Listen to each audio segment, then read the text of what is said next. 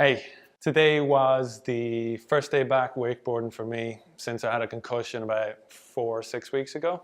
And of course it was a bit hard, I was a bit nervous getting back in the water, but I took it easy, didn't try anything too crazy.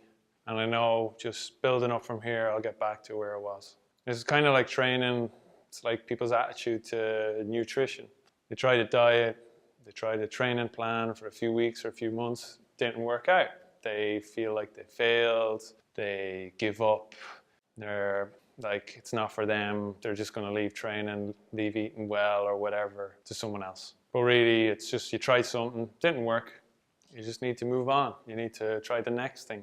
And you will get something that works for you. That training program, that training plan, that person to work with, the way of eating that works for your body, your lifestyle, where you're in an office, you've got a busy life, you've got little time, and you got to eat out with family, with work, you got to travel. You'll get something that works around all that. You'll be able to train as you travel, you'll be able to eat well when you're in tough situations.